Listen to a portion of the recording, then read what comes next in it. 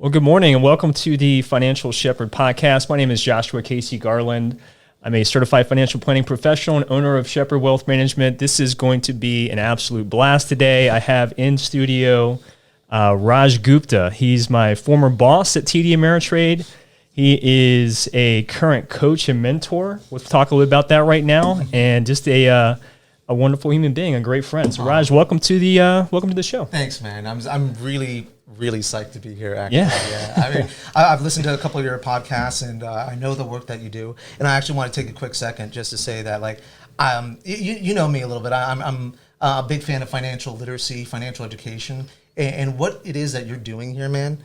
I got to tell you, like, you're really doing a true service. Thank you. To your listeners, to the people, and just to the world in general. And I'm really happy that you thought enough of me that I could be here with you today. Oh, no, thank you very much. I appreciate that. I know we got a lot that we want to talk about, and we could talk for hours, but this is going to be a good one. So I cannot wait to get into this. But before we actually do, I know you very well after working for you for basically 5 years. Yeah, about 5 years, yeah. And, you were actually in my wedding. Yes, I was. Big part of the success I've had. I certainly would not be here doing what I'm doing without a lot of the influences that you provided in my life, not only professionally, but outside of the world of finance. So before we actually get into all the cool stuff we're going to talk about today, you just want to kind of give the folks watching and listening a little bit of an intro background about yourself real quick? Oh, sure. Yeah. So, Raaj Gupta, I've been in the financial game for about 15 years. I started from the bottom, now we're here. Things have, and I'll actually give you a quick little rundown of my resume without getting too deep into things, because it's kind of interesting, because my first job out of college was actually Walmart. And I got to tell you, assistant manager at Walmart, and I'll tell you, you don't learn more about the human condition than being a manager at Walmart, and that really, I didn't learn anything about finance there, but at the same time, that really set things up for me to really understand a little bit more about people and what it is that they're trying to achieve with their finances and ask the right questions. Mm-hmm. And from there, I got my first shot in Citigroup. Went from Citigroup to Merrill Lynch to TD, and now I'm here sitting with you. Oh, this is awesome. So I guess before we jump into some specific topics that we wanted to cover here today, with your background, I know a lot about you. You kind of came from humble beginnings, right? You're also can I call you a grandmaster from chess standpoint? Now, a grandmaster is an actual title. My title was master. Okay. It was still really good. I was a national champion at the age of 14. Yeah, and that got you through a phenomenal education, both, before college and then during college, right? Well, you know what? You hear about people getting scholarships for soccer and baseball and football. They have chess scholarships. That's a thing that happened. Right. And so that really, trust me, I had no money to go to college or anything of that nature. But, being really good at that one thing at that time really opened up a lot of opportunities for me and helped me get the education that I needed to move a little further. Yeah, and then you were my first boss at TD Ameritrade. So just a quick little background before we get into all this fun stuff. I left Fidelity, got hired at TD Ameritrade working in the Cincinnati office. The very first day I got hired, Raj had not been hired yet. I think he got hired the next day. Yeah. And you got introduced to the team that we had there in Cincinnati, which was a lot of fun. But I got to tell you, my first impression of you being my boss was, who is this guy? Yeah.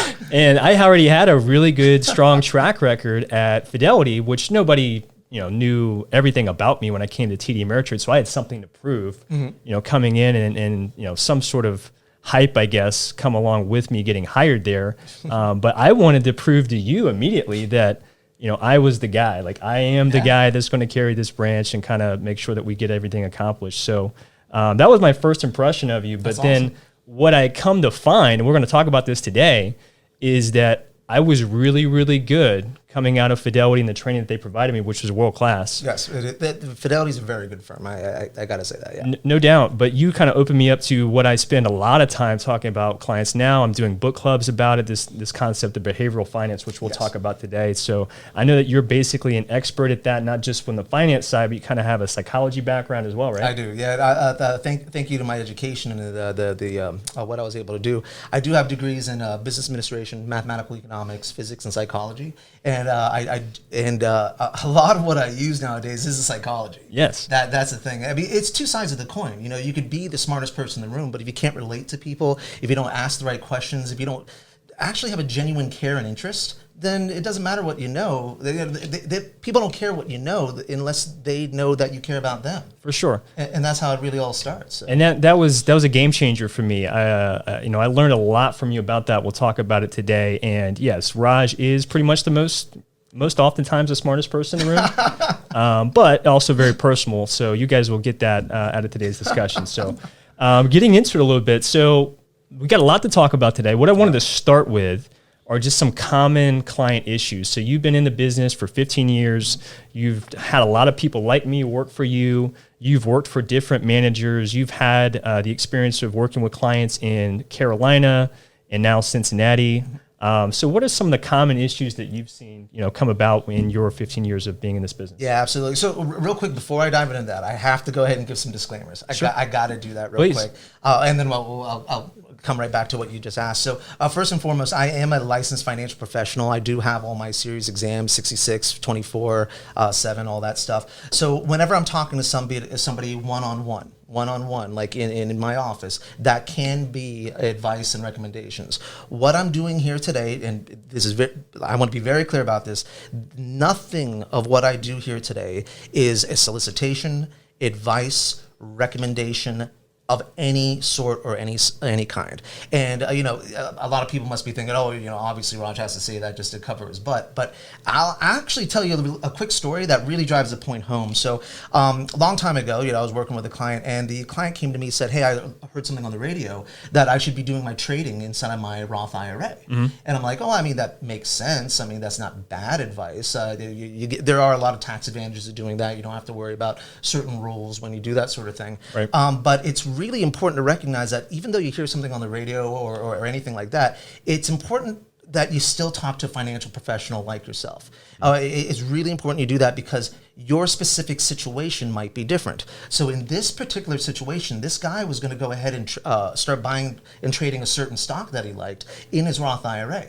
Now, if he had taken the advice that he heard on that radio situation, he would have accidentally been privy to something called a wash sale rule, where he had a $20,000 loss on his stock in his brokerage account. But if he bought that stock in his Roth IRA within 31 days, he would have not been able to take the loss on his taxes ever. Right. It would have evaporated into thin air. Yep.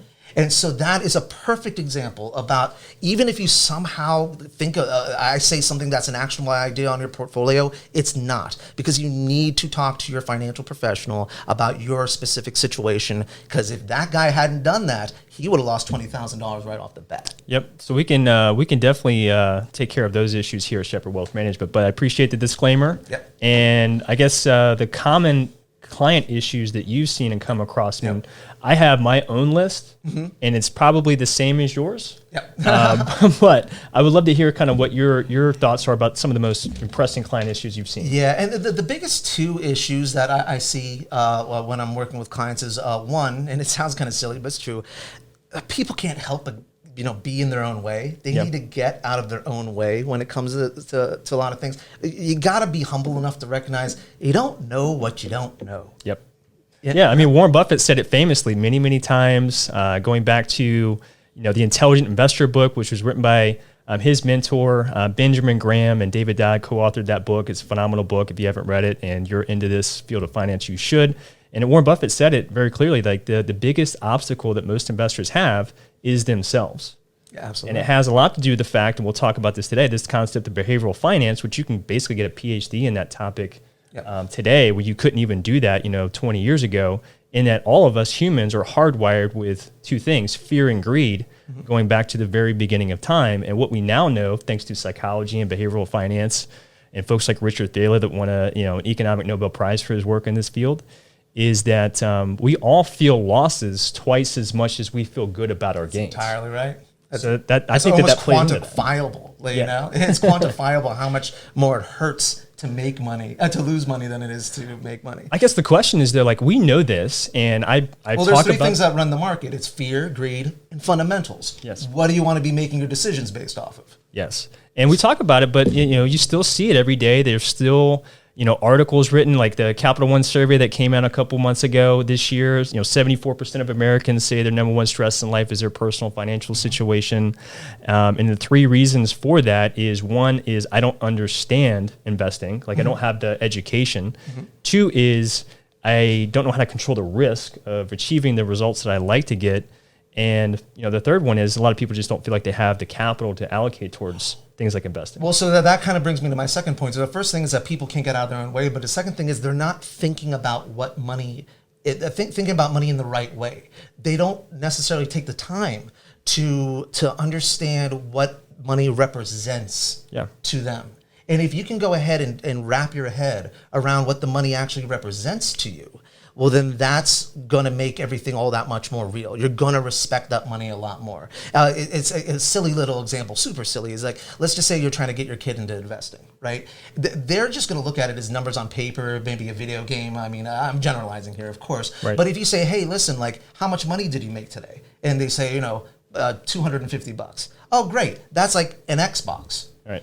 Now it's real. Right. Now it's a lot more real to that kid. Oh, I just made an Xbox today. Right. And then for adults, it's what'd you go ahead and achieve over the last 5 years? Oh, you know what? I achieved my kid's college education. Right. That's a lot more real. And you know what? What if you screw up? Oh, I just lost my kid's college education. Right. It's gonna go ahead and make you make better decisions when you go ahead and apply it. And think about money is a real, tangible, fungible thing that absolutely affords you opportunity. Yes. You and your family, it is a real thing. It's not just numbers on paper. And what kind of sticks with me in my mind, and I don't want to say it's a pain point, but it's something that just never seems to go away when we talk about this thing and making money real to individuals, is that a lot of people don't look at it that way, and they struggle to achieve their vision of financial success. And what's the pain point for me is it's an endless resource. Yes. There is an unlimited amount of money. I mean, you can make as much money as you want, and so can I, and there will never be a shortage of it. And we live in a country that provides us a lot of opportunities to do that. You've been able to take advantage of that. So I guess my follow-up question to that would be is like, what does money represent for you? What does it mean? Why do you invest? Yeah, so I mean, two things about that. One is the God's honest truth in the grand scheme of things is what money represents to me doesn't matter. It's what it means to you. All right. And what I see working with clients and whatnot is that people usually fall into three different, usually there's more, but the three different buckets of what money represents to them. It can represent safety, it can represent opulence, or it can represent opportunity. And so safety is a real big one. I came from humble beginnings, as you know, and I unfortunately have a little bit of a scarcity mindset. Do I have enough? Am I going to be okay? Can I weather a rainy day? And then that's something that is just unfortunately deep grained in me. And I kind of care about that for my clients too. I'd rather my clients, kick me in the butt for not making the maximum amount of money rather than me helping them and assisting them to blow all their money and now they're on the street with a cup in their hand, right? I'd much rather they be angry at me that they didn't, we didn't buy the sexiest stock out there. Sure. So that safety is an important one. How are you going to deal with a rainy day and all of that? The second thing would be opulence. People keeping up with the Joneses, right? For some people, that money represents status. Yeah, we're a nation of consumers. Yeah. One-uppers. Nation of consumers, and that's fine. That's ingrained in the system. It's unfortunate that it's like that, but at the same time, it is a motivator as well. Right. And then that's okay. That's okay. And then the last thing is going to be opportunity. So if you have, understand that money is a fungible thing. And what fungible means, if you don't know what that is that it can be exchanged for one thing for another, and you can exchange for anything, right? It could be an Xbox, it can be a car, it can be a house, it can be a college education, right? So if you make the right decisions about your money and your family's money, can your kid go to college? Mm-hmm. Are you going to leave a legacy for that child as well, perhaps? So that's what I usually see. Working with clients is that money can represent one of those three things.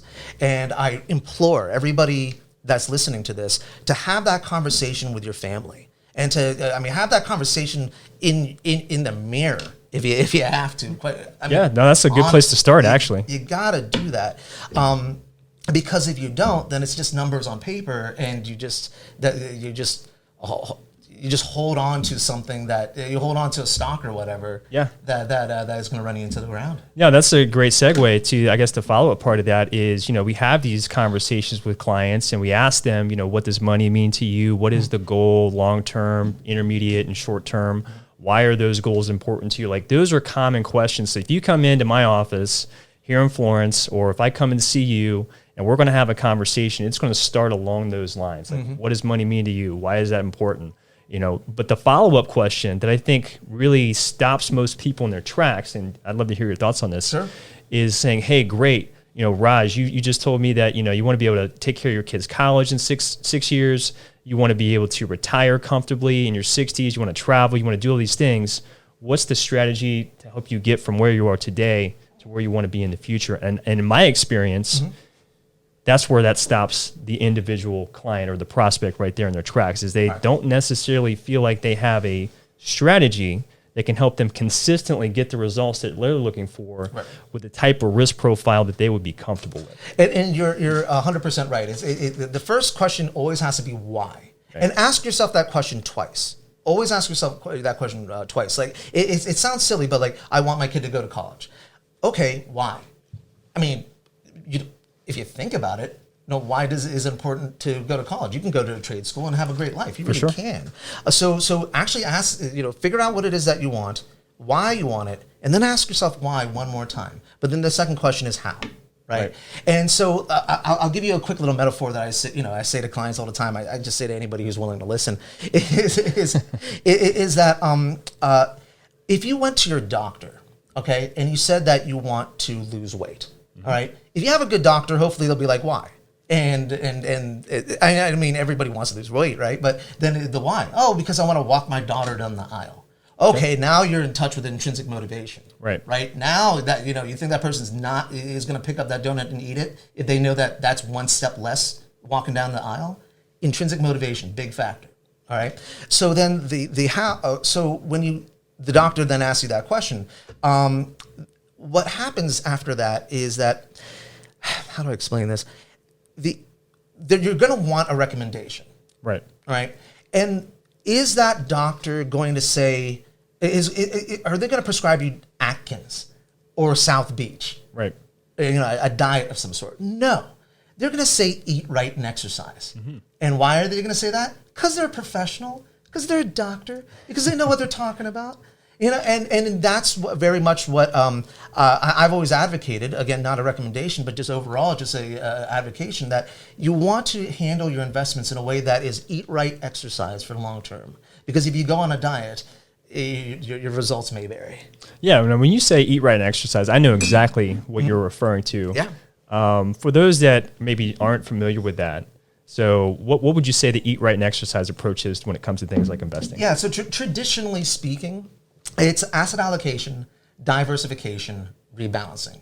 Those are the components of eating right and exercising in the financial world. Yep. So it's the principles that were founded in the 50s by Mr. Harry Markowitz and the concept of modern portfolio theory, which is the exact strategy that I use for my clients. I know that that's what we used at TD Ameritrade. When I worked at Fidelity, Fidelity used a very similar approach to that. And I think a lot of the bigger financial institutions use the principles of modern portfolio theory, this eat right and exercise approach. But the follow-up question to that is, I've literally had conversations with doctors about their portfolio, and I ask them all these good questions and ask them why, and we get to the bottom of it. And now it's time to make the recommendation. And I say, okay, we need to go this eat right and exercise approach, because you just said that you want to be able to consistently get these results. You're not getting them, and you don't really have a way to control the risk to make that happen. So here's the best way to go about doing that. And I make the recommendation. Right. I prescribe them the pill, if you will. Yeah. And then they say, you know what? I really appreciate that. That makes all the sense in the world, but I'll take that other pill. Yeah. Why do you see other people that will share this information with them, and we get all of their whys and why things are important to them and the issues that they have with being able to accomplish things? Why do you still think that people at the end of the day may not actually take that recommendation, that prescription? Well, so I mean, the easiest answer is that it's just not sexy. You know, Yep. it's not what you're hearing on the news. It's not what you're hearing on the radio. You know, what we're talking about right here is boring. Yeah. But you know what? A question I ask my clients all the time, and this is so important: how much of your money deserves to be boring? Yeah. How much of your money deserves to be boring? Go ahead and be excitable with a portion of your money, but not the portion of your money that's going to put food on the table and a roof over your head. Right. That's what people want to talk about at the holidays, during the holidays with their family or close friends or at work at the water cooler. You know, I bought X, Y, and Z position and it went up 50% in a week. Yeah. Like, that's what people want to talk about. ABC position on the golf course or whatnot. How many times have you gone to the golf course and somebody's bragging about their well-diversified, risk-mitigated, beta-weighted portfolio? They don't. You and I might talk about that a lot, Yeah. but a lot of people don't. It's just not a sexy thing to talk about. So having these real conversations, that's really the difference between a good financial advisor and a bad financial advisor as well, is that that advisor's willingness to ask you the right questions, not even to give you the best recommendations. Yeah. It's really about the willingness to ask you the right questions so you can do it for yourself. One psychological thing that I've talked to people a lot about is wording and the words that you use. And when you use the right words for yourself, it helps the clients out as well. One of the biggest things, and I suggest everybody who's listening to this actually do this in anything that they do. Nobody is here to help somebody else. We're always here to assist them. Mm-hmm. They do it for themselves. Yep. Just like those doctor clients, you're trying to assist that person in making the right decision. Right. But they have to do it themselves. Yep. You know, and that's the thing. If you're helping them, well then then if you're helping them, then they have the opportunity. They don't have the opportunity to say, "Oh, I'm going to do something else." But if you're assisting them, then they have the opportunity to do something else. And the thing is, everybody has the opportunity to do something else. Yeah. I used to ask people, why did you come into work today? Well, because I want money and I don't want to lose my job. Okay, well, I mean, there's a lot. You could sell Beanie Babies on the internet and make more money than you're going to make today coming into the office. So tell me more about why you came into the office today. Yeah. And then you start getting more into those intrinsic motivations and stuff. Asking that why is so very, very, very important. I completely agree with that. And that's actually a decent segue here to, I guess, a question that I'm very curious to kind of hear your thoughts and experience with, because you spent more time than I have managing other advisors. I spent 1 year doing that for TD Ameritrade in the Louisville office. It was a great experience. We had a lot of fun. We were successful. But what do you see as common traits of good advisors versus bad ones, and maybe some things that clients should look out for before they decide to hire somebody and work with them with their portfolio? Yeah, so I already touched on that a little bit in that a good advisor asks the right questions, right? And they're trained to ask the right questions. They have a genuine interest in knowing the answers. They have a genuine interest in knowing the answers and caring about asking the next question. The second thing is that their job, you have to ascertain whether it's their job to sell you something or to make sure that you're more fully informed. Right. When your advisor makes sure that you're more fully informed, that is the key. If they're trying to sell you something, if they're not a fiduciary, right? And you are a fiduciary. Yes. Certified financial planner, boom, my friend. Yeah, that's a requirement. So if they're not doing things in a fiduciary sort of way, if they're trying to sell you something, then they're going to ask you the wrong questions, mm-hmm, or lead you in a direction toward the answers that they want to hear, rather than the answers that they need to hear. Yeah, and the way that I describe that to clients, because I get that question all the time, like, what is the difference between working with myself now at Shepherd Wealth Management versus, if I was working for a Raymond James or a big bank or, an Edward Jones or any of these other, very large, everybody knows these names, right? I mean, they're on stadiums. Right. Right. You know what I mean? Everybody knows who these places are. So what is the main difference? I get that question a lot. And the way that I try to describe that is, if you're working with a certified financial planner, like myself, that's a registered investment advisory firm, or if you're working with a certified financial planner at one of these bigger places, the main difference would be this. So they're working on suitability. Yes. Right? At those bigger places. That is a different standard. They're going to ask you some standard questions. And again, I have to take inventory of client suitability as well from a regulatory standpoint for my business. But here's the difference is if I answer, or if you were answering, these suitability questions, well, at these big places, they're going to say, okay, well, this is the asset allocation. This is the mix of stocks, bonds, and cash that makes sense for your risk tolerance and the types of return expectations you have. But instead of using, let's say, maybe potentially the lowest cost solution, they're going to look at it and say, okay, well, here's a solution that is suitable for you. Right.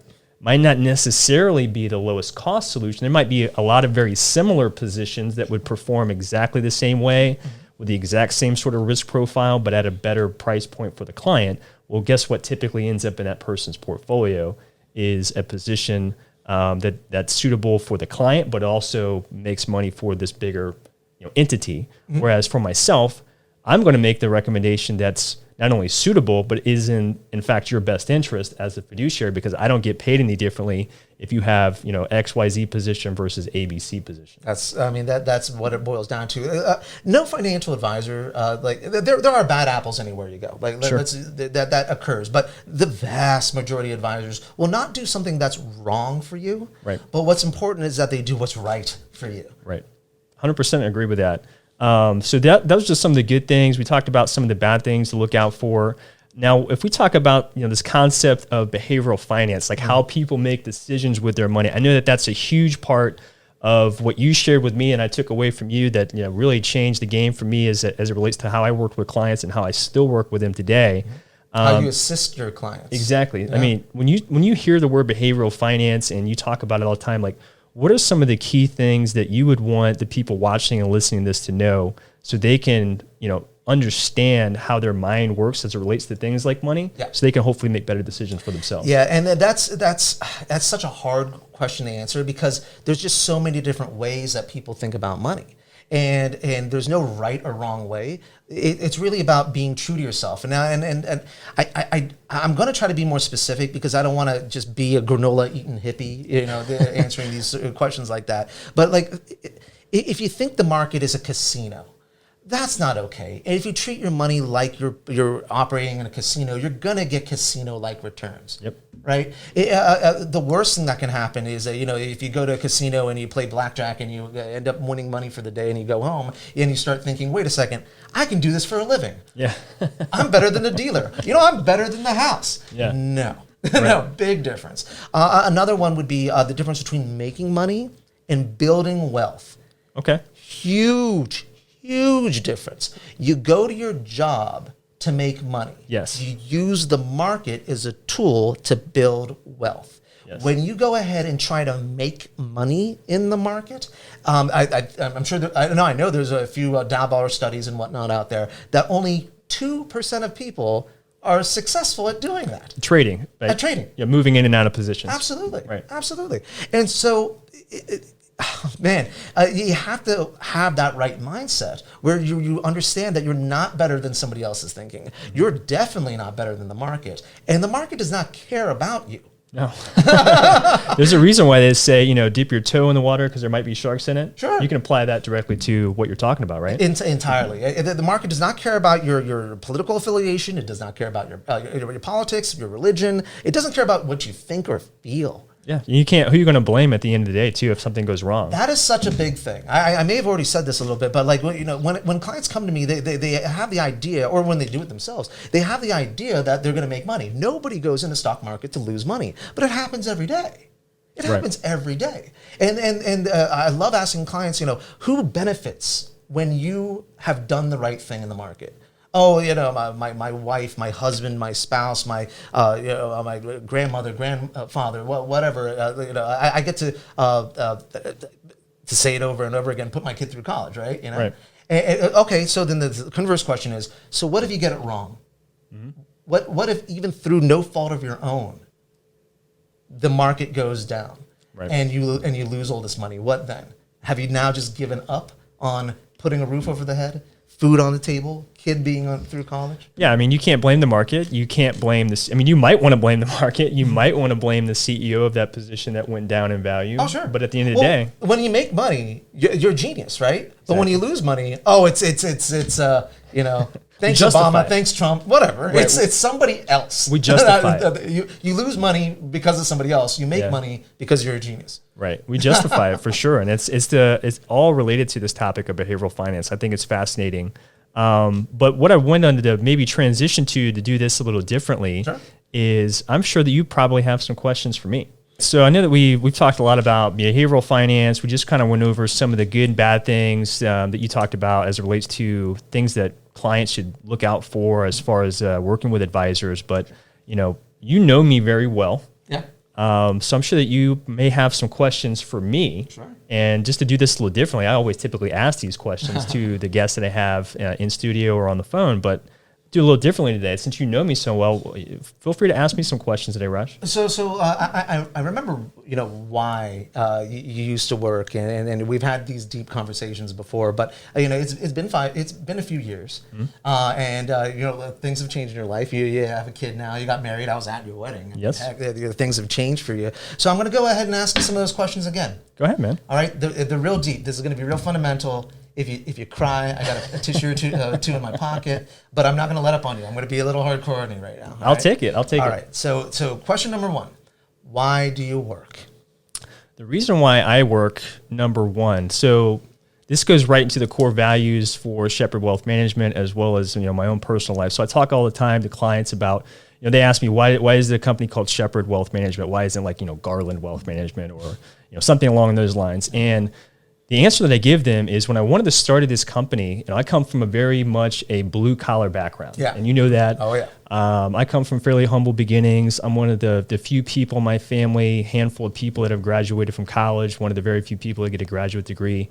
And the reason why I do what I do and the core values of this company and why I named it Shepherd Wealth Management is when I first looked at myself and knowing that I'm a blue collar background type of person, I wanted to think of what is maybe one of the very first jobs that people had, that was blue collar. And the first thing that came to mind was a shepherd, right? And the reason why is because shepherds, they obviously had a very difficult job. They had to travel long miles. They had to go through inclement weather. They had to fight off predators.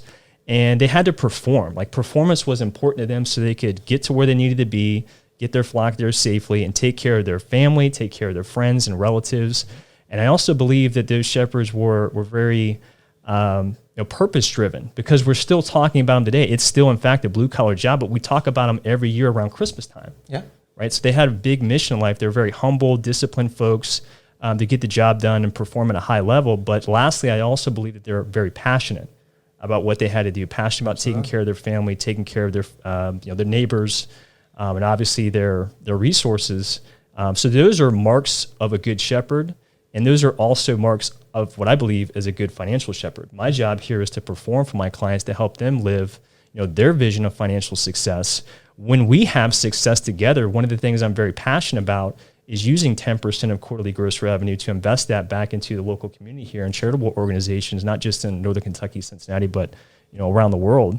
And then I'm very passionate about both of those things, of being able to take care of my family, take care of my clients, and give them the peace of mind knowing that they're going to be able to achieve their vision of financial success, whatever that looks like over time. And we also get the benefit together jointly in bettering our community as well. So that's the reason why I get up every day. Those are the marks of my life and of this company, and why I named it the way that I did. And that's exactly why I get up every day. So I'm going to dig a little bit deeper, because that is a good, true, honest answer. But let's be honest. You could go ahead and like I said earlier, sell beanie babies on the internet and make a ton of money, and then you know what? You could accomplish a lot of things you just said by just donating all that money. Sure, right? Sure. So why? You told me why do you work, but why are the things that you just mentioned, why are they important to you? Yeah, and it goes back to one of the first things that I've talked about on this show many times, is that money is an endless resource. It's a prerequisite to be able to get the things that we want to be able to get in life. And there are so many people in this country, and the Capital One survey speaks to this, and there's all kinds of studies that speak to it. It's unfathomable to me that there are so many Americans that just do not have the knowledge. They don't have the temperament, mentally.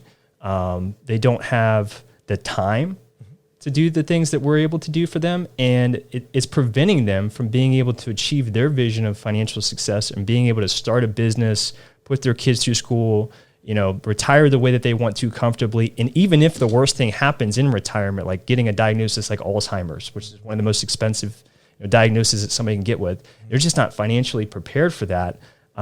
That's just not acceptable to me. That is a problem worth solving. And I put myself through a lot of pain going through school and grad school and getting the CFP and all this stuff. Although it is fun for me and it's a natural gift that I have that I finally recognized earlier on in my life. But that is a problem worth solving, and I'm here to solve that problem. So that's great. That's truly an intrinsic motivation. That's always going to make you work harder. I can see that you got some tears in your eyes. And that's what I was going for. So let me dive even deeper in a different way. Why this industry? Because if you want to help people, become a firefighter. Become a nurse. It was why the financial the most regulated, one of the toughest man-made professions out there. Yeah. Why that? Well, I tried everything else. Is the easy answer. when I was in college, so I'm at University of Kentucky, and I'm working second shift at night at a manufacturing plant called Square D. Some of you may know it as Schneider Electric. They make it the circuit breakers and switch boxes. And I'm the guy, 19, 20 years old, putting parts on a paint line for 8, 10, sometimes 12 hours a night.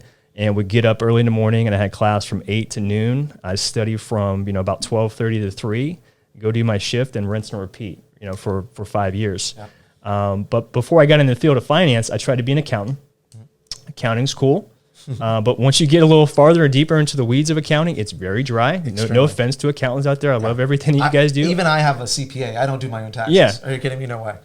So I'm surrounded by engineers. I'm thinking, well, these guys, they got a pretty good lifestyle. I could do what they do. Sure. I can see myself doing that. And I'm like, okay, great. I'll try to be an engineer. Yeah. And no, it didn't work out too well for me because it's very rigorous, as you know, having a mathematical background. Mm-hmm. The time I had in the day just didn't allow me to study enough to be able to get, the types of grades I wanted. And then luckily, I had a, accounting professor that was a very smart and generous person that said, you know what, you might want to just consider taking a finance class, take Finance 101. Mm-hmm. And I'm thinking to myself the whole time, like, what am I going to do with a finance degree? Like, maybe I could work at a bank. I don't know if I want to be a teller or a banker or anything like that. But I was like, okay. You can be the ATM machine. Yeah, I've already tried all these other things. When I tried finance, and I took finance, and it's just like a light bulb clicked. It was like God shone down in the class that I was taking to be able to say, hey, this is exactly what you were meant to do. Nice. And it clicked, and it was easy. It was fun. I got into the Warren Buffett books, and I've read every book that Warren Buffett ever wrote. He's a huge reason why I do what I do and love doing what I do. But it just it is just the gift that I didn't know that I had until I took that first class, and then everything changed in my life. I love it. Yeah. I love it. That makes perfect sense. I'm willing to fail a lot in order to find what it is that I'm good at and I can help people. Well, if you're learning from your mistakes, you're not failing. Yeah, that's the thing. I've made tons of mistakes in my life, and the thing is, it's made me a better person, and it's made me be able to serve other people better. And that's where experience comes into play. You've been in the game for a while. I've been in the game for a while. I've made my mistakes. Possibly I'll make some more mistakes in the future. Yeah. I'm gonna hope not. But you know what? I learned from those mistakes, and now I'm in a situation where I can serve, and that's what you're doing right now. So exactly, that's great. Those are good questions. You got any others for me? Those questions that I just posed to you, I know that you ask those questions of your clients because you care. That's one of the big differentiators between you and the other people that I've worked with in the past. Not to say anything negative about other people, but definitely want to praise you. Is that one of the big differentiators between you and other people is that you care a little bit more than the next guy. Yeah. I would agree with that. You care a little bit more than the next guy. And that's actually a big deal, right? So when you ask these same questions that I just asked of you to your clients, what are some of the, if you can think about it, some of the more interesting answers that you've gotten from your clients that really made you sit and pause and be like, oh man, like that's a real freaking answer. And while you think about that, I can tell a really quick story so you can think about it, because I kind of hit you out of left field with that. I was thinking deep there. Nothing here is scripted. This is all just off the top of the head. Whenever I was hiring people, I would ask people, why do you work? Why this job? Why this industry? Why this company? And one person I talked to, I'm not going to mention names or anything, because there's a lot of people that know the same people I do. He said, "Oh yeah, I want to do well for my family. I want to provide for my family." And like, who doesn't say that? So I said, "Sorry, I'm not going to accept that as an answer. That's just not what's up." So like, tell me. And you know what? Furthermore, if this is about your family, why would you work anywhere where they take you out of your home for 8 to 10 hours a day? Yep. Where you're spending more time at work than with your family. You know what? If you care about your family so much, I know a bunch of people who sit on the couch, collect welfare, and their family's doing just fine, right? So why do you work? And he thought about it a little bit more. And I might actually get misty-eyed about this one, because this was just such a fundamental answer. He said, "You know what, Raj? Now that you give me a chance to think about it, my wife works in a job where I think that she's in danger. She's doing things that are more dangerous than she needs to be placing herself into, right? And if I am successful at this, I can provide in a way where she can quit her job, protect herself, and I can start building a family." Right.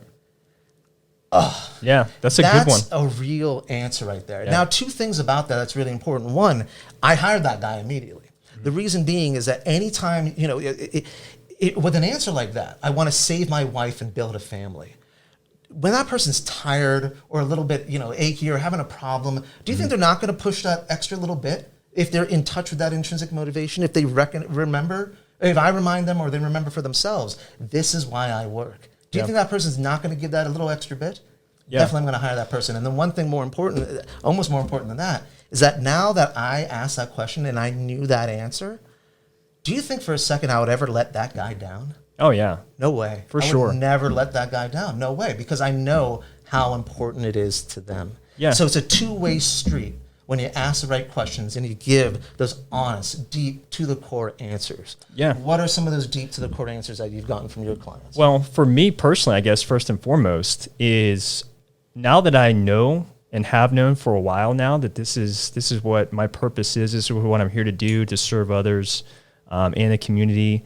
It's at the end of the day, I want to achieve my maximum potential, right? And if you're in pursuit of the maximum potential, it's an endless pursuit. I would love it if when I die, and hopefully I'm in heaven, and they ask me and they're looking at me, and I would hope that God would say, like, I cannot believe that you did all the things that you did with the smaller gifts that I've given you in your lifetime. I can't believe you did that. Like, that is the motivation for me when I'm tired, and I'm coming home and I got to play with my kids and spending time with the wife, and I own rental properties and I may have tenants and I have other things I have to deal with outside of Shepherd Wealth Management. Right. But I'm also, just trying to make sure that I'm taking care of my clients, and when I'm tired and it's late at night and I've done all this other stuff during the day, that I can think of, well, okay, this is in pursuit of my full potential here, so I'm going to keep going. So that's an answer that I would give. I would say a lot of other clients, it's very similar in that they want to be able to leave something behind, generally a legacy that their previous parents and generations were never able to do. That's a very common one, and I think that's a noble one. Because to leave this world and putting your family in a position that they never would have been in otherwise is very admirable. Absolutely. And you can make it tangible for your clients too. Yeah. I mean, I know that you ask these questions. I've asked these questions in the past too. What type of legacy do you want to leave behind? Based on the decisions that you're making today, are you going to be leaving your grandkid a car? Are you going to leave them a house? Are you going to leave them an education? Those are very, very different things. The car is going to only last, 5 years, 10 years, whatever. But you give them an education, or you give them a legacy that they can build their own families on. That's how you live forever. Yeah, I mean, what if you were the first person in your family to be a millionaire, right? That's very cool. Yeah, but not only is that a cool thing, but it becomes and not to sound like a downer, but it is now a responsibility. Correct. And that's how I view it, right? Yeah. If you're in pursuit of your passion, you're in full pursuit of your God-given abilities, whatever that may be. If you focus on that to try to just be the best in the world at it, maybe you'll fall short of that. But that's a lot better than saying, hey, I just want to be the best advisor in the TD Ameritrade Cincinnati office. Right. Like, which goal would you rather fall short of? I'd rather fall short of the big one because I'm probably going to be a lot farther along than I've ever been. And if you're that client that says, you know what, I want to leave that legacy, I'm going to be the first person to be a multi-millionaire in my family, and I'm going to break this chain of family poverty. Yeah. And then ask yourself again, what does being a multimillionaire mean? Does it mean safety? Does it mean opulence? Does it mean opportunity? Yeah. Yeah, and for me, it would be opportunity. I think for a lot of clients, it's that opportunity just to have the ability to not have money, which is, again, a prerequisite, be the obstacle that prevents you from having that great education and making those awesome connections. Because really, that's what college is there for, I'd say, more than anything. Sure. You're going to get an education that's a requirement here in today's world and corporate America. But, if you want to go to college, get the degree, but make the best connections possible. And put yourself in a position to be around other like-minded individuals that are trying to do something great. Learn how to learn. Learn how to ask questions. I mean, for all the degrees that I have, I can't sit down and value a bond on a piece of paper. But you know what? I know what that bond is going to do for you in terms of generating a income. So that way you can go ahead and do things that you want to do things that you're passionate about. If you're working a kick press for your entire life, but your passion is to serve soup at the soup kitchen, well, you better have enough money that you can actually do that and be a servant to other people. Part of the reason why I want to make a lot of money is so I can give a lot of money away. There you go. Right, that's a passion of mine. So I know we've gotten deep here, which is very cool. That's what I'm here for. That's what I do. to kind of wrap this up in a nice bow, one of the other things I learned from you is this concept of metaphors. Every Monday we'd have this Monday metaphor was the way that we kind of started our week in the Cincinnati office at TD Ameritrade. And I know that I've used a lot of those metaphors in client meetings. So I don't know if you have any favorite ones you'd like to share or that have been helpful or resonated with clients. Sure. So I'm going to repeat a couple of things there because I kind of worked them in the conversation. I'd love for you to go ahead and tell me a couple that you use with your clients as well. We can do a little back and forth. But I love saying the eat right and exercise of the financial world because it just makes sense. Everybody's trying to go on a diet. And the diets don't work. But you know what? Eat right and exercise. And your professionals are going to tell you to go ahead and do that. Market-like returns. If you treat the market like a casino, you're going to get casino-like returns. It's just very much a truth. This is not gambling. If you handle your money correctly, you are the house. You're the house, and you're going to make incremental amounts of money over and over and over again and build that wealth. That's what's very important right there. What are a couple? Well, I know that you also used to say, I'm not right, but I'm not wrong. Oh, yes. Yes, that is so. Actually, I'm going to go on a little tangent on that one. Is that I may not be right, but I know I am not wrong. So I really like that one because that a lot of people ask me, Raj, how have you become so successful? And I'm like, first of all, that's cool that you think I'm successful. But then the second thing I'd say, if I were to credit to anything, it would have to be my confidence. Now, this is a very important thing to recognize. You can be overconfident. If you and I went on a basketball court and I said, I'm going to dunk in your face, that's not going to happen. Right. That is actually a bias in behavioral finance that people need to understand. Absolutely. Overconfidence. Yeah. The overconfidence, right? Yeah. But I can tell you 100% that if you talk to me, if you consult with me, the fact of the matter is that you will be in a better position than you were than if you hadn't talked to me. You may not be in the best position, but you are definitely going to be in a better position. And I know that about myself. I know I can add that value. That is why I'm confident and able to know that I am adding value to this world, and nobody can take that away from me. And that is, if you want to think I'm successful, that's one of the major reasons, because I know I may not be right, but I definitely know I'm not wrong. Yeah, and I've actually taken that and still use it today. I know another one was, this is my stay wealthy money or stay rich money, and this is my get rich money? So it's Core and Explore. So Yeah. yeah, Core and Explore. And I'll tell you a little quick story. So I was explaining Core and Explore to somebody, and I use these circles to do that. And I know you can't see it on the podcast, and if I drew it down, you wouldn't be able to see it. But imagine a big circle and a little circle.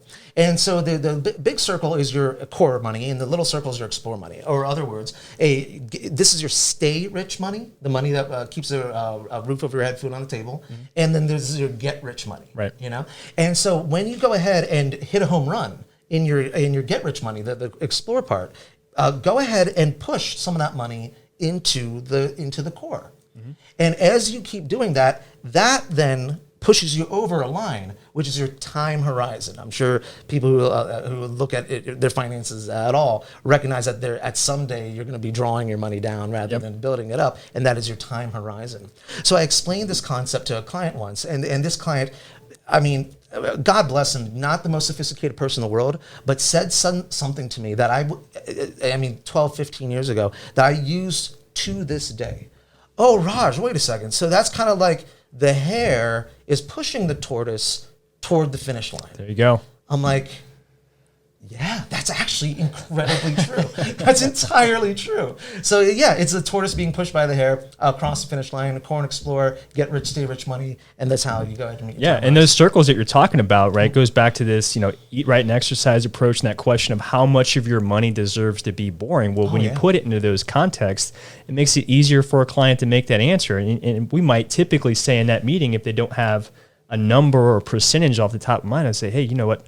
I'd say at a minimum, almost every person I presented this to, about 50% of them will put half of their money, in the core piece. Well, that's the primary question there. Like the idea of having Core and Explore, that's decently fundamental. Like you can say that without having to be a financial professional, right? But then, the questions that the financial professional needs to ask you after that is that, okay, how much of your money deserves to be boring? Right. How much has to be exciting?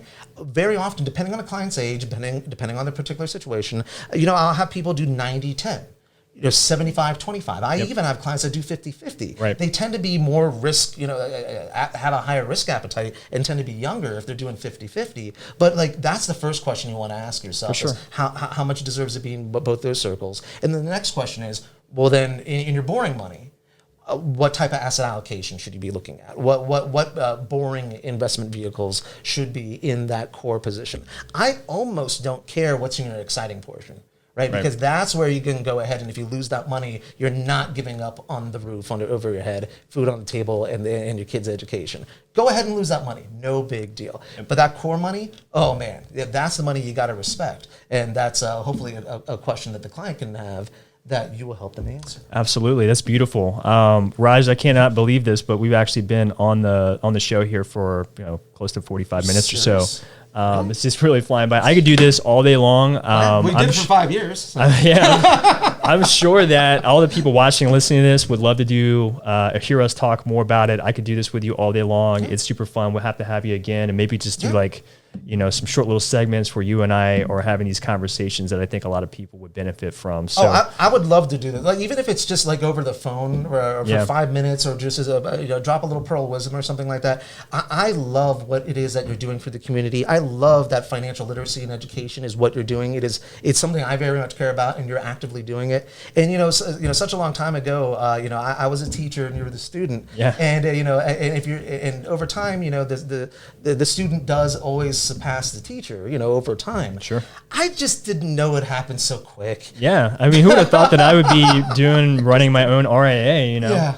I still almost can't believe it. This is the blast. I'm having a lot of fun, not just on podcasts, but with other clients. And, I wouldn't change my experiences working with you or the decisions that I've made to start this company for anything. Yeah. So we'll definitely do this again. God bless you, my man. Legendary investor, coach, and mentor, Raaj Gupta. You're watching the Financial Shepherd podcast. My name is Joshua Casey Garland, certified financial planning professional and owner of Shepherd Wealth Management. Don't forget to check out the website, shepherdwm.com.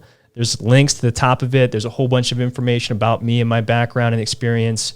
There's links to Spotify, which will take you to the Audible version of today's show and the other shows that we've done. And there's also a link at the top of the website for our YouTube channel, so you can actually watch this as well.